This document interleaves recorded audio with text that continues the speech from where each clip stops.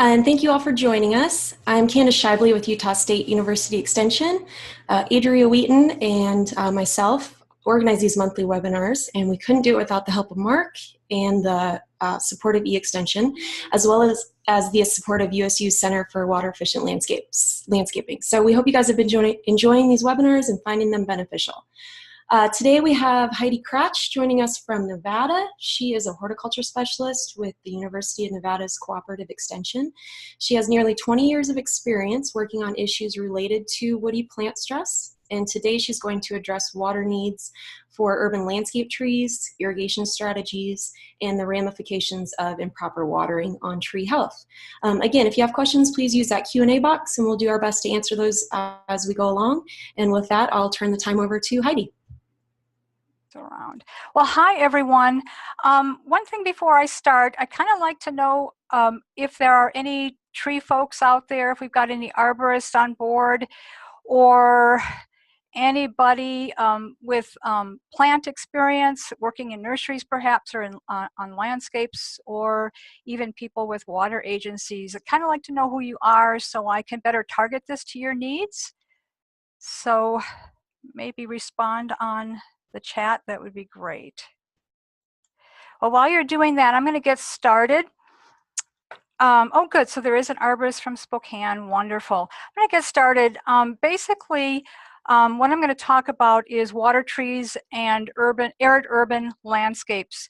We all know that trees in urban landscapes face significant stresses due to disturbed and compacted soils, reflected heat and light, and sometimes limited space for root expansion. But trees in arid urban landscapes face even more hardships with minimal precipitation during our growing season, high solar radiation, and poor quality soils, which are often low in organic matter. So during our time together, these are the things I'm going to be talking about. I'm going to talk a little bit about the conditions in the driest parts of the western US, a little bit about water needs for urban landscape trees, most effective irrigation strategies for trees. I'm going to spend a fair amount of time on that, especially trees in arid climates. And then about the impact of lawn removal on trees and how we can reduce some of the negative impacts that we've been seeing in our areas as people try to conserve water. So a little bit about domestic water use. Here in Nevada, our domestic water use rates are amongst the highest in the nation, along with you guys in Utah and Idaho and in Wyoming. So we use, a typical home in Nevada uses about 75% of its water outdoors. So that's a fair amount of water on our landscapes. And so saving water in our landscapes has the capacity to result in a huge savings in water use. Then couple that with the fact that Nevada's population is predicted to grow by 114% by the year 2030, and you can see that we're going to have some significant issues into the future. Here in Western Nevada, we're experiencing a boom in new home construction, with many of these new homes being high-end developments with significant landscaping requirements, which could put a strain on our existing water infrastructure and challenge our capacity to meet our water needs into the future. So it's a big problem for us and something that we are definitely thinking about. A little bit about our climate, and this graph shows you, it illustrates our situation. These are historical evapotranspiration and precipitation rates by month for the University of Nevada, Reno campus during the period, averaged over the period 2013 to 2017. Nevada is considered to be in a state of permanent drought with occasional wet periods. So we are pretty dry here. And as you can see by this graph, that our landscape plants are almost entirely reliant on irrigation to meet their water needs. We have reference evapotranspiration rates of over 10 inches during our peak water month, which is in July, and precipitation that's very, very low. In fact, we typically receive less than 7 inches of precipitation per year here, and most of that is as snow melt during the winter. So we're pretty dry, and our plants suffer a lot if we don't focus on proper irrigation. Trees, more than any other plant type, have the potential to be an asset to landscape water conservation efforts. This is because trees require less water per square foot of root area than other landscape plants. And they also decrease the water requirements of neighboring plants by shading them and thus reducing their transpirational water loss. By the way, if you guys have questions, please feel free to interject them. I'd like to handle them as we go along so you don't forget what they are. So here's a comparison of tree and turfgrass water requirements in the Intermountain West. And basically, as you can see, average lawn water requirements are nearly double that of average tree water requirements for a given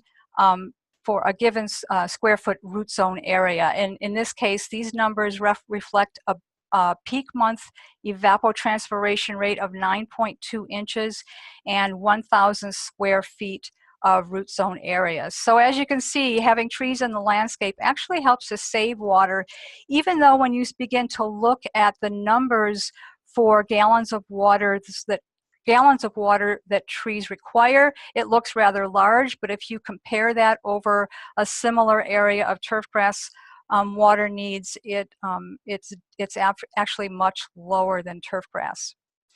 A little bit about irrigation.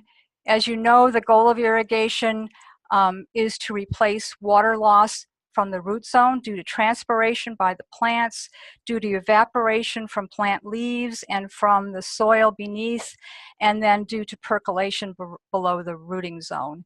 Irrigating our trees effectively and efficiently has the potential then to save landscape water and preserve a robust urban forest canopy. So one of the things that I like to remind people is that often, and I know this happens everywhere, many people water their trees the same way they water their lawn, frequently and shallowly. Unfortunately, this frequent shallow irrigation, when used as the sole source of moisture for our trees, has negative consequences on them. So let's talk about evapotranspiration, and remember how trees take up water. Transpiration is the movement of water through plants, and although trees take up water through their roots, ultimately this process starts at the leaves. As water evaporates from the leaf surface, capillary action pulls water molecules from below, and this process continues in a nearly continuous stream within the water-conducting tissues within the plant until the suction reaches the roots. So evapotranspiration is the sum of the evaporation of water from the land and from plant transpiration. So looking at how much water trees actually need, we can calculate this using a basic equation that's used pretty broadly to calculate water needs for landscapes and for plants within them. This equation uses weekly reference evapotranspiration rates to provide an estimate of how many gallons of water per week they will need. So this is weekly evapotranspiration rates. You can also do this on a daily, monthly, or annual basis using the relevant ETO rates. And reference evapotranspiration, a reminder of what that is, it's the evapotranspiration rate of a reference crop, usually a cool season turfgrass, expressed in inches. So the ETO is expressed in inches.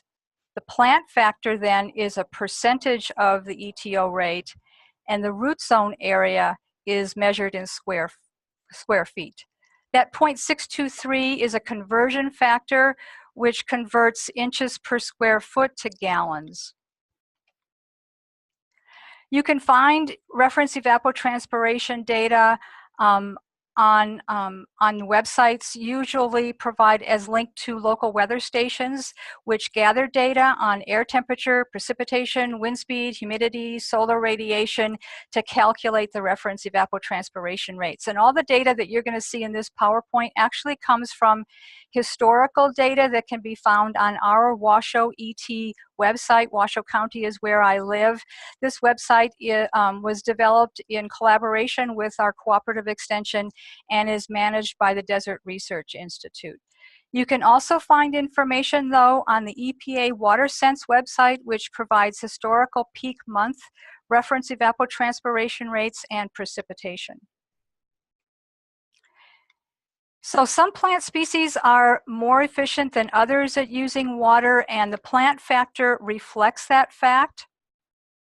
Plant factors, remember, are expressed as a percentage of the reference evapotranspiration. And as you can see by this chart, that in comparison with our reference crop, which is a 4 to 6 inch tall fescue turf, evapotranspirating at its maximum rate, you can maintain a home turf at about 80% of the reference evapotranspiration rate. And then you can maintain trees at anywhere between 50% to 80% of reference evapotranspiration rates.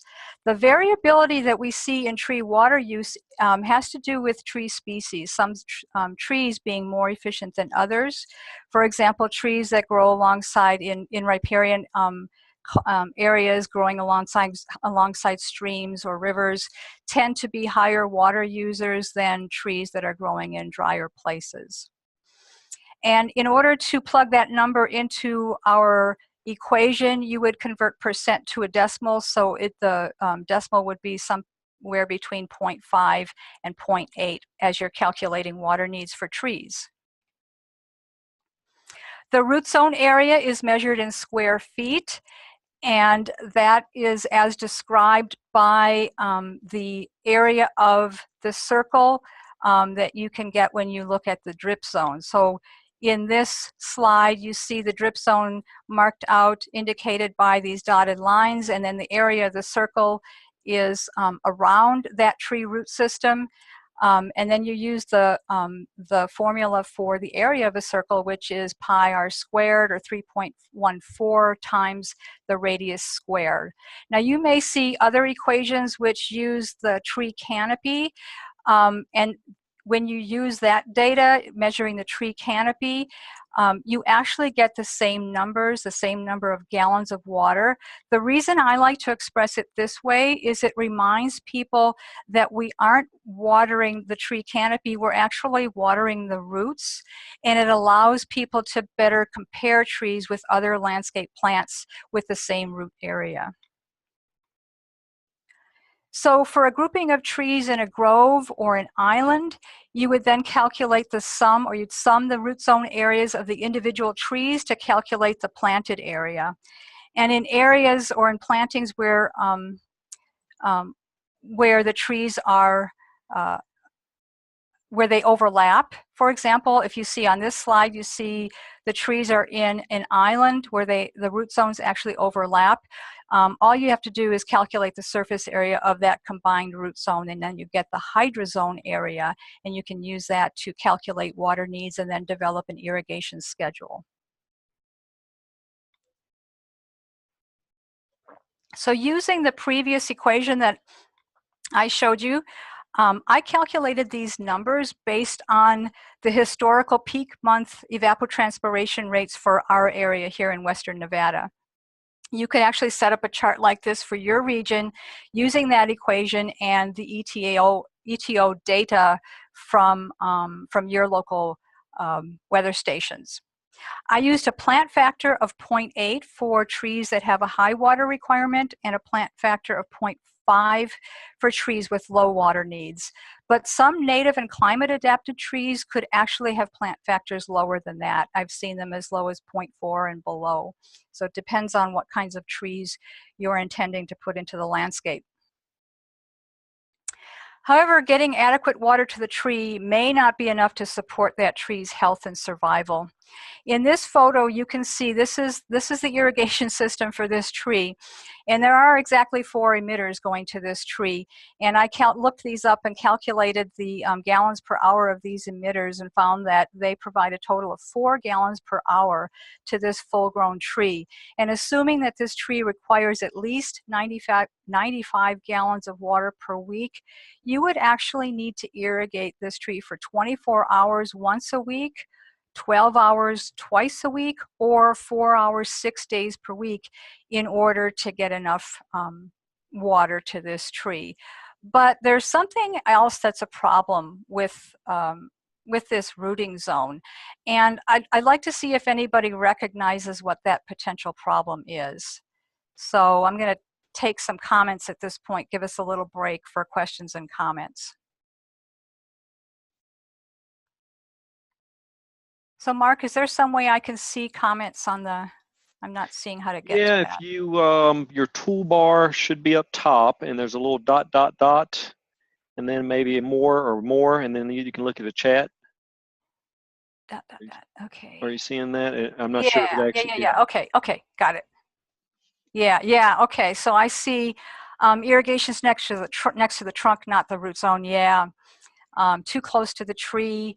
Watering by the trunk doesn't deliver water to the absorbing roots, and those are all absolutely correct. So that kind of brings us to my next slide, where, and you've probably, those of you who are arborists have seen this drawing, but it's really a good indicator of where the roots are for trees. A lot of people think that tree roots grow down kind of in the same shape as the above portion of the tree, but they don't. They actually grow more laterally than they do in depth. The fine water absorbing roots are actually found within the top 2 to 3 feet of soil, and they don't usually go deeper than that, mostly because there's not enough oxygen deeper than that to support root growth. But more importantly, roots will grow laterally within that soil profile, sometimes over 3 times the width of the canopy. And so you'll have roots growing way out past the drip line in either direction, depending on water availability. And so, you know, when you're putting a irrigation system right up against the trunk, notice how these fine little water absorbing roots actually aren't up against the trunk. They're well beyond the trunk and actually closer to the drip line. Just within the drip line and just beyond the drip line is the most concentrated place for water absorbing roots. And so that is really the place where we need to be providing water to these trees. The trees must be able to withstand physical forces in their environment, such as occasional windstorms and occasional flooding. And for that reason, tree stability is really important, especially in urban settings. The root architecture, which is the depth and spread of the roots, does influence tree stability. And if you want stable trees, you're going to have to consider the 3-dimensional characteristics of the tree root system and provide the conditions that favor development of the roots in all 3 dimensions. So you have to provide those conditions so that roots grow in all 3 dimensions to give them a good root architecture that can help them to survive in this situation. So in arid climates, irrigation can play a major role in determining where the tree roots will grow. Now, although trees do tolerate some inefficiency in irrigation in an application of water, the less uniform the application is, the greater the chance of tree stress, impaired growth, and potential failure of the tree. So as a general rule, you want to think about it this way. When you irrigate, you need to wet at least 60 to 75% of the tree root zone in order to get an adequate root architecture that can prevent the tree from experiencing stress and can prevent it or at least minimize events where it may topple during windstorms or during flooding events.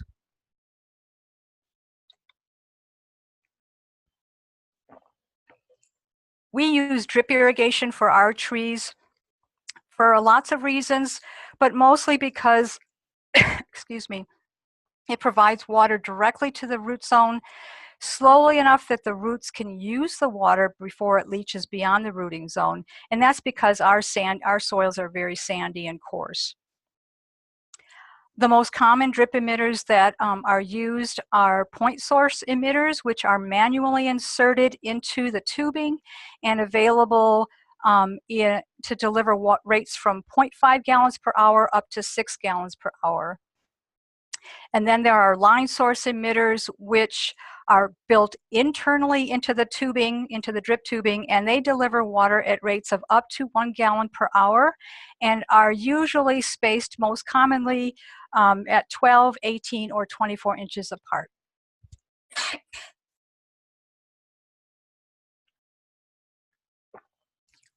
Excuse me, I've got it tickled today. Okay, so when you look at how different soil textures affect water movement within the soil, we know that soil texture affects the depth of water application and the spread of the water wetting front. The wetting front being the spread of the water as it comes out from the emitter. So think of this little red dot here as the emitter, and then water spreading out laterally from that point. Water spreads more widely in clay soils and takes longer to reach the desired depth. Okay, so if you want to get down to 3 feet, it takes about 24 hours compared to a sandy soil in which you get water moving more quickly downwards, and so it doesn't take quite so long to get to that depth, but the wetting front itself is much narrower. So what that tells us is when you're looking at drip tubing, what you want to look for if you've got a sandy soil is you want to look for emitters that are spaced more closely together. If you have an area which has more clayey soils, then you'd be looking at drip tubing that has emitters spaced wider apart in order to get an adequate distribution across that root zone and meet the needs of your plants.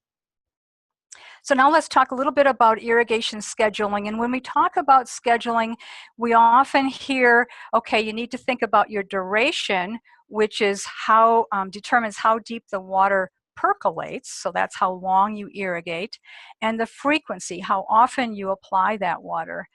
But I want to mention that for trees, especially if you're considering the root architecture of trees and you're looking at trees that are stable in the environment, you want to also be looking at the distribution. In other words, where are you putting this water, and how are you encouraging roots to grow within that root system?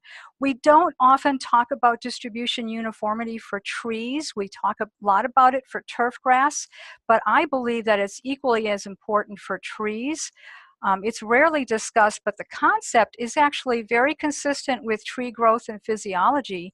And when you do it correctly, it can actually promote a more stable root architecture. So I'm going to show you some examples of how we might better meet the needs of trees and develop trees in our landscapes that actually have a more stable architecture, and of course then are less stressed during times of high evapotranspiration rates.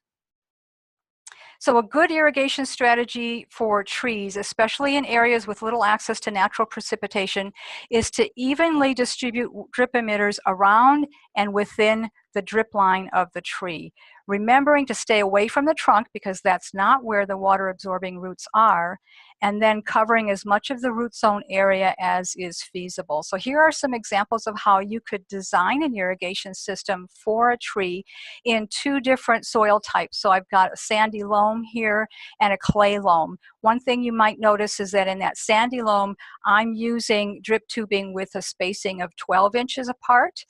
And for the clay loam soil, I'm using drip tubing with a spacing of 18 inches apart. And so, and the other thing to mention about this, and this looks like a lot of emitters, but what I'm using here is 100-foot lengths of line source drip tubing. And a 100-foot length has about 98 emitters.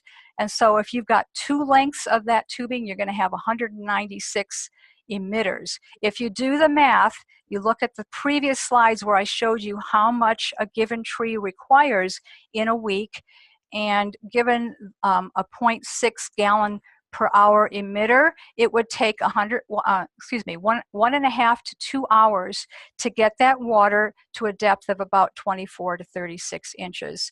And it's a little different than for the clay loam soil. For that large tree, you would use fewer emitters but spaced further apart, and apply that water for a longer period of time, because remember, it takes water longer to travel through the profile of a clayey type soil.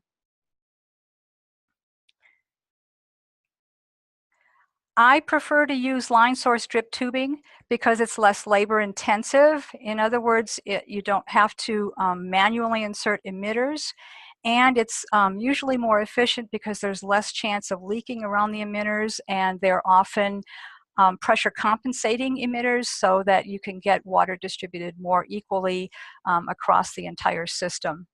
So the line source tubing could be arranged in a continuous circle around the tree, especially focusing on the area just within and just beyond that drip zone of the tree. But you could also use a closed loop drip irrigation system with the irrigation line in concentric circles, and then connected by a T-bar, which then connects to a lateral line somewhere over here. So that is probably one of the more efficient systems that you could use for a tree on an individual basis. However, if you've got trees that are in a grove or on an island, or even within a parking strip that doesn't have turf grass in it, you could use drip lines in parallel. And these little red dots here indicate where the emitters are. These are actually in line, but I wanted to give you an idea of where those emitters would be. These dotted lines around the trees represent the predicted area where most of the water absorbing roots would be. They overlap a little bit here in this situation, and then around each emitter, or around these emitters, I'm showing you the wetting front. In some situations, especially during the in places where it's very dry, like in our climate here, we may want those wetting fronts to overlap a bit, but even if they only touch one another, you're still going to do a better job of meeting that tree's needs than if you were to just put one line of irrigation around that trunk. So the goal, again, is to distribute the water as evenly as possible to as much of the root system as you can. A little bit about irrigating trees when they're young. Irrigation systems should be designed to provide sufficient water to the trees, especially during their initial establishment, and then to encourage development of healthy, vigorous root systems as they grow. So when a tree is young, you want to wet as much of the root ball as you possibly can, but not by putting irrigation line up against the trunk. Some people will create a berm and use a hose or other, maybe a bubbler to provide water that can slowly soak into that root ball. The critical thing in my mind is to provide water not only to the root ball, but just beyond the root ball, so that you can encourage those roots to grow beyond that root ball and into the native soil. That gets your tree going on getting a good start. Remember that roots don't seek water, they follow water. So if you're not doing that, what you're going to end up with is a tree that begins to topple over time, because now you've created a virtual pot by providing water only within that root ball. Those tree roots are going to continue to circle around that root ball, because that's where the water is, that's how they can grow. They're never going to grow into this soil here because it's not wet. Roots don't spread into dry soil, so better to irrigate beyond that root ball to get those roots to start spreading out. Another concept that many of you have heard of is hydrozoning. Hydrozoning is important in water efficient landscaping, and hydrozones are groupings of plants based on their water needs and that are irrigated on separate valves. And how you hydrozone, it's depending on the plants you're using, it depends on your landscape, but some of the important factors to consider is the species plant factor.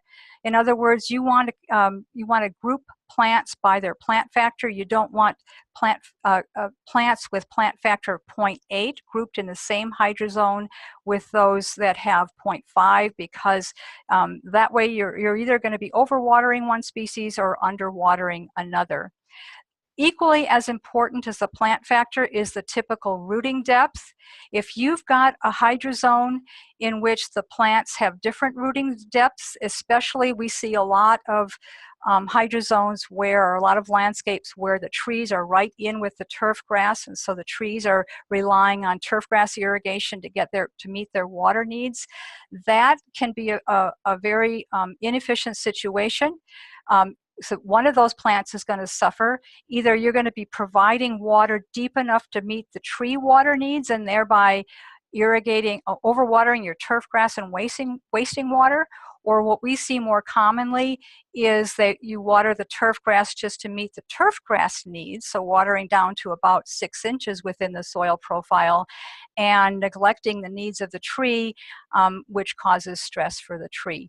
Other things to consider are microclimates in the landscape. If you've got areas that are consistently sunny or shady or hot or have a lot of reflected light, you may consider a separate hydrozone for those areas to meet the high evaporative transpiration needs of those landscapes or those parts of the landscape. The other thing that we consider here in Nevada, our soil texture can be very variable even within a single landscape, and so sometimes we have to create hydrozones that meet the needs of plants within those different soil types. Remember, the deeper the roots, the longer and less often you need to water. And then talking about rooting depth, this is just a generalization, but as a general rule, and it's pretty accurate in most cases, tree roots, full-grown trees, have roots that grow down to about 36 inches as compared to annual bedding plants or turf grass, which has roots that grow only down to about 6 to 12. So tree roots can grow to as much as 6 times deeper than turf grass roots, which makes it really imperative that you separately hydrozone, at the very least, separately hydrozone turf grass and tree areas. So now we're going to get into some examples, and I'm hoping that some of you will want to participate in some of this, get some discussion going here. A little bit of background: when the recession hit our area, many of our trees suffered because of a lack of water. And here's a situation where that happened. Here's a row of ornamental pears planted in a parking strip, all planted at the same time. This tree in the foreground looks pretty good, and that's because the residents here are overwatering this turf grass in order to meet the needs of this tree. However, in the background, you'll see those ash trees, the same ash trees that were planted at the same time are suffering, and that's because these homes were abandoned during that period of time. Those trees aren't growing well because that irrigation was turned off during the recession, and so we're seeing some dieback, and probably those trees are not there any longer. So here's something to look at. Since that time, our economy has improved, but then we were hit with a drought in the years 2012 to 2016. Here's a blue spruce that was entirely dependent on lawn irrigation prior to removal of this lawn. So where do you think, right after the lawn was removed, where do you think the water absorbing roots were for this tree? And I'm going to get to my chat and see if I can see.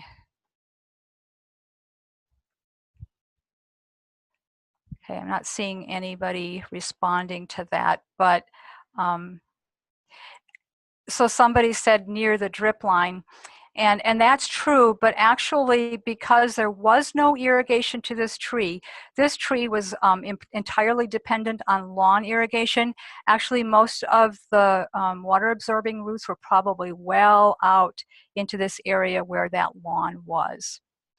And so that's a real problem then. When you remove that turf grass, what's going to happen to all those roots? They're going to die, right? Because you're not providing water out there. And so one of the ways that we teach people, if they want to do turf removal, if they want to become more efficient and cut down on their turf grass, one of the things that we encourage them to do is to install a system that has emitters well out into the area where the lawn used to be, okay? And then to put that drip system all the way within that drip line. That's so that you can provide water to where the tree roots currently are, well out here where that lawn used to be, but then also encourage development of roots within the drip line of the tree. And then over time, you would gradually increase the duration and decrease the frequency of water applications so that you could better meet the needs of that tree. Another way that you might do this is by establishing a mulched island for those trees within that landscape, and then treat that island as a single hydrozone. One other thing that I would do, especially for the benefit of that blue spruce, of course now it's almost dead and probably isn't even alive anymore, but if they had caught this early enough, I would not use rock mulch around a blue spruce because they're not used to that. Blue spruce grow in much cooler, moisture environments, not used to having heat and reflected light on them, and so I would put in some type of organic mulch, at least within this planted island. So I'm reading some of the comments in the chat. Tim says watering by the trunk doesn't deliver water to the absorbing roots. Right, that was from the previous one. A question here, is there some kind of database with plants grouped or categorized by plant factor, rooting depth? There is something called WUCOLS, WUCOLS, that's out of California. It's actually specific to climates within the state of California, however, but I have actually used it just to, if you know something about the climates within the state, you can draw some conclusions about how trees might do in your own climate when you begin to compare your climate with their climates. Unfortunately, these are this is observational data. It's not data based on actual experiments because it would take so long to do those experiments. There isn't any really good scientific data. Maybe sometime in the future we'll have it. But to be honest, in general, observed data, and I guess they had panels of experts from the different areas that actually categorize these different species by plant factor.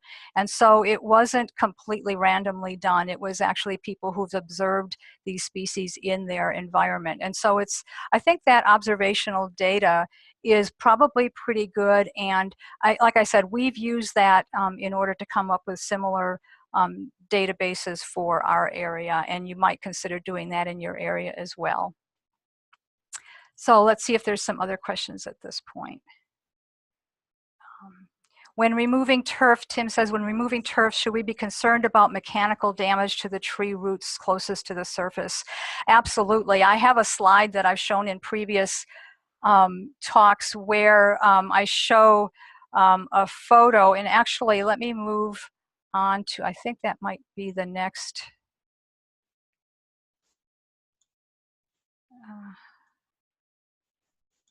Here we go. No, it's not the next one. Well, I'm going to go to it anyway. Yeah, it was this landscape, which is right down the street from us. We kind of took photos during the process. They were converting, this is an educational organization here, and they were converting their landscape from a primarily tree and turf landscape to one that was more xeriscaped. Unfortunately, I'm not sure how well or how true to the original plan they stuck. But one of the things, and I don't have a photo of this, but one of the things we saw was that a lot of the equipment they were using, I think they were using backhoes to remove the turf grass, and they were doing it right over, they were actually resting their equipment right over the roots of the tree, which is probably partly to blame for the dieback on this tree, but the other part of the dieback had to do with the irrigation system they ultimately put in there, which is just a single line of drip around the tree, and not even at the drip line, closer to the trunk. There might have been 6 to 8 emitters, and they were, like I said, usually they put in like 2-gallon per hour emitters, which are really inadequate, and so not meeting the needs of this tree. And then On top of that, you used to have, this used to be all turf grass, now it's all rock. And in our climate, in the middle of summer where temperatures can get over 100 degrees, you've got all of that reflected heat and light onto this tree, which hasn't adapted itself to that situation. And so you're going to end up with a tree that's stressed. Diana is giving us some information here. For plant factors C, this particular document here. Oh, good. The slide rules. Yes, that's a really good document, and I didn't actually know that had been published already, so I'm going to look that up. But yes, good. Thank you, Diana, for providing that information. I'm going to right now go back to a slide that I skipped, which is this birch planted in an island. It's completely reliant on the irrigation provided to this turf grass, and it's struggling, as you can see with by the dieback at the top of the canopy. All of these landscape plants here are relying on turf grass irrigation, which I think is what is causing the problem here. What could you do to make this situation better? Anybody have any ideas?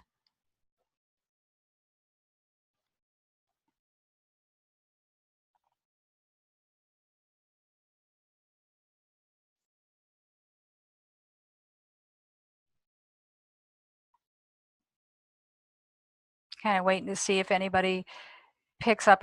It's probably pretty obvious. I showed you one of the things we talked about is separately hydrozoning trees and other landscape plants from the turf grass. So you could actually treat this island as a separate hydrozone and put it on a separate irrigation schedule that got deeper, more frequent, deeper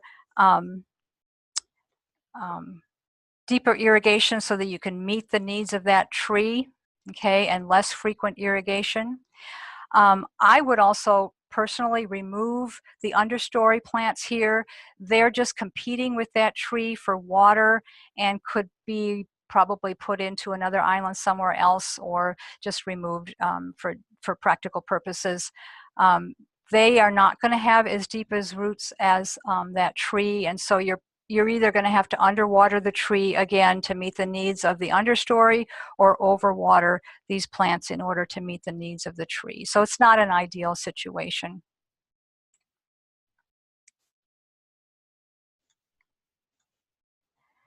Okay, we talked about the green ash. So here's some blue spruce. Blue spruce requires a lot of water, and it really doesn't belong in our hot, dry climate. It's really more native to northern slopes of mountains where it's cooler and the soils are moister, but people really love blue spruce, and so they bring it down into the valleys where it really gets, is very rarely irrigated properly and ends up being stressed. So you can see all of these trees in this landscape were planted around the same time. These are blue spruce in the foreground. These are Austrian pine in the background. Notice that the blue spruce really aren't growing very fast, at least not as fast as the Austrian pines grew, and that's because Austrian pines have a lower plant factor. In other words, they don't require as much water in order to avoid stress. And so these blue spruce are just inappropriately planted. Notice in the background, this is our native habitat here in Western Nevada. What do you notice about that native environment? That's out into the wildlands of our area. I'm not sure if you can see it, but there are no trees back there. If we were left to our own devices and only planting native trees, the only thing we could plant here would probably be things that are native to riparian areas, so cottonwoods, things like that, that grow along our riverways. We wouldn't actually have much of an urban tree canopy. So it's very difficult for us to find native trees for our habitat. But one of the things that we can do is we can find trees that have a lower plant factor to plant in our environment so that we don't have to provide as much water to them, and they're less likely to be susceptible to stress. The only other thing that I would do in this landscape is I would replace some of the rock mulch. We use a lot of rock mulch here because we have a lot of rock here. Our soils are very geologically young and rocky, and so there's a lot of companies that have grown up around that and we use rock as mulch a lot. Unfortunately, trees are not really adapted to rock mulch as a general rule. They would prefer something more organic around their roots to hold in more organic, to produce more organic matter and to hold water in the root zone and provide the microbiota within that soil profile that can help them to survive. I'm looking at the chat and I'm seeing here not too many tall trees in that native area. That's absolutely right. We don't. And now that's the east side. If you go to the opposite side on the west, you're going to see the Sierra Nevadas, and as you get up in elevation, now you're going to see some trees. You're going to see a lot of pines, and you're going to see some aspen and things like that. But that's up at higher elevation where they get higher amounts of precipitation, and it's a little bit cooler. Okay, so these guys had the right idea, right? You see they've got line source drip going in and amongst this grove of trees. But we're also starting to see a little bit of browning of the needles, and you can't see it, but above we're getting some dieback on these trees. These trees aren't actually getting quite enough. Again, it's the right idea. They're using line source and they're looping it around within this system, but I think they could use a couple more lines of drip in order to get better coverage of those root zones, because remember, those root zones are growing way out here, okay, not up against the trunk or not even that close to the trunk. So they could move those emitter lines out, and they could add more lines. So I'm looking again at the chat. Is there any methodology, Karem asks, is there any methodology that explains how to remove a tree and put it in another location? In that case, I saw big trees die. Yeah, that's a big problem. And I'm not an expert in that area at all. And so I'm not going to address that, but maybe somebody else has some experience in that area that they might want to help Karem out. But basically what I'm talking about today is water, and not necessarily moving large trees, but just more efficiently irrigating them. One other thing, we use a lot of decomposed granite as mulch here, mostly because it's easy to use, and it's actually a little bit better than rock mulch because it doesn't reflect quite as much heat and light. However, it's not organic, so it doesn't break down into the root zone. It doesn't add to the organic matter of our soil. We have organic matters that organic matter contents that are below 1% and sometimes even below 0.5%. So we're preaching constantly to add organic matter. By using decomposed granite, we're not actually adding to the organic matter, so we're not helping these trees out. Probably not hurting them too badly, but I think these trees could be improved. The root system environment could be improved by the use of an organic mulch here. Finally, selecting climate appropriate tree species I think is really important. These trees will need about the same amount of water per square foot as the surrounding lawn. Both have a plant factor of 0.8. So I'm hoping that as people become more aware of which trees are more effective and more efficient at using water, we hope they'll make better plant selections for their landscapes. A little bit about this landscape. Again, these weeping birch are in a landscape. They're looking really good. These homeowners are actually, there's no drip system around these trees. The only reason these trees are doing so well is that these folks are irrigating their lawn very, very deeply. In fact, we had someone go out to their site to evaluate it. And when they walked on the lawn, and this was a day after it had been irrigated, it was still very spongy, loaded with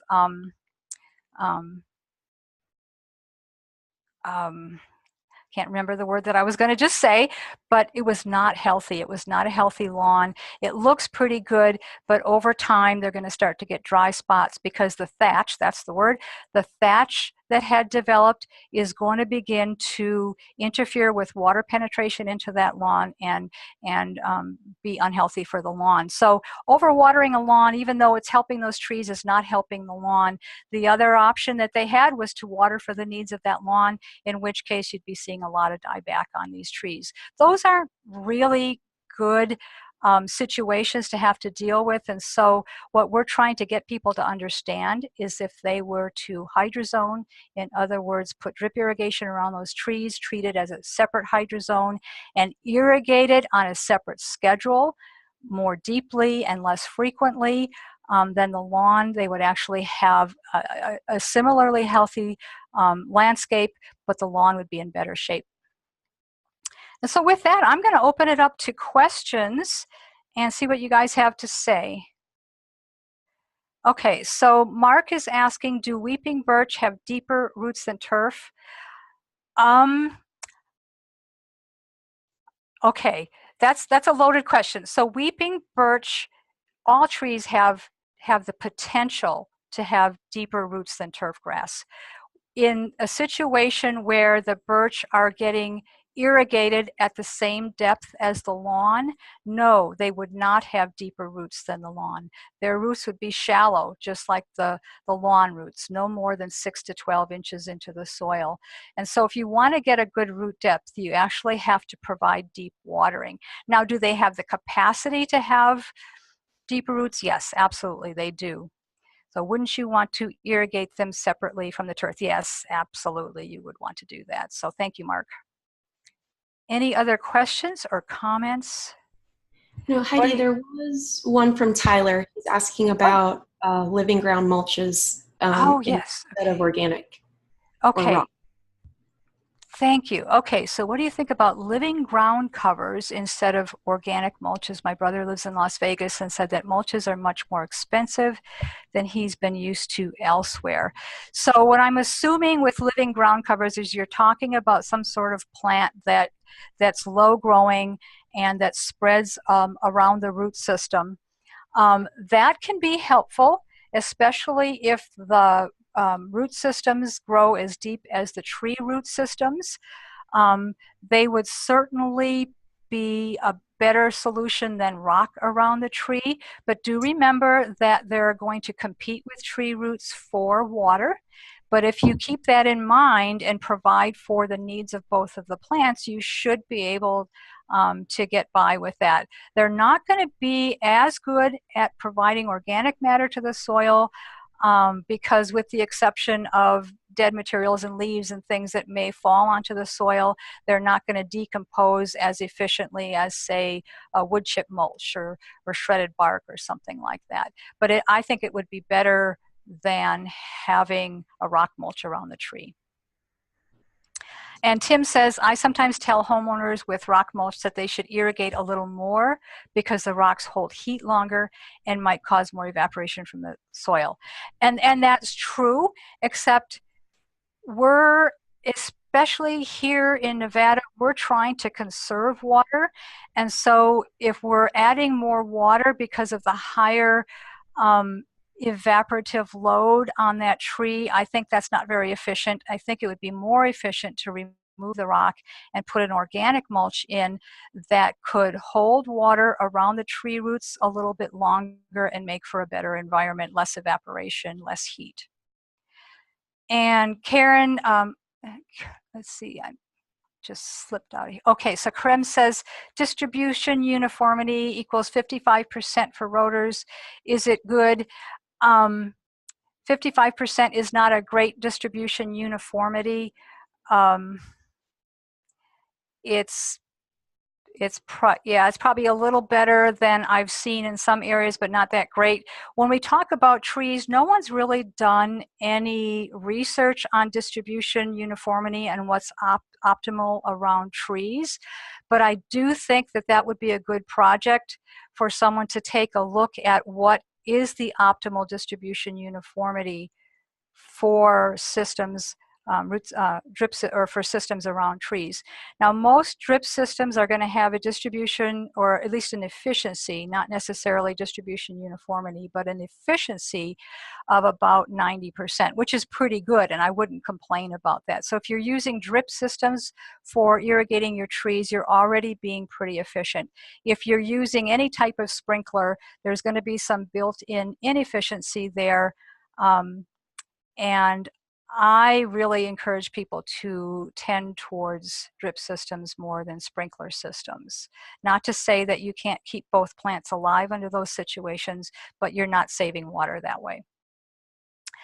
Deborah says, rock mulch, as a New Englander, this is a foreign concept. Does the weight of rock mulch harm roots, young tree roots? I don't know the answer to that, Deborah. I suspect that in many cases it does. I know sometimes I have seen, especially depending on the size of the rock, if you're using really large rocks around trees that have very thin bark, especially when they're young, as those trees grow, you know, the trunk is going to grow in girth.